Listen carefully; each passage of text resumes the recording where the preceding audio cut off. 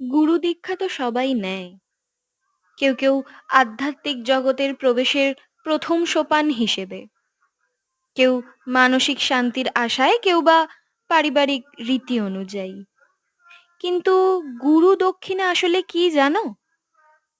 আজ যে বীজ মন্ত্র তোমার হৃদয়ে বসালেন, ওই মন্ত্র কালে অঙ্কুরিত হয়ে গাছ হবে।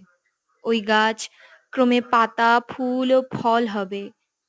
ওই সুপক্ক ফলটি অর্থাৎ ঈশ্বর লাভ যেদিন তুমি গুরুর হাতে দেবে, সেদিনই হবে প্রকৃত গুরু দক্ষিণা। কিন্তু গুরু কে, এ বিষয়ে না হয় অন্য আরেকদিন বলবো। আজকের মতো এটাই। ভালো থাকবেন, সুস্থ থাকবেন।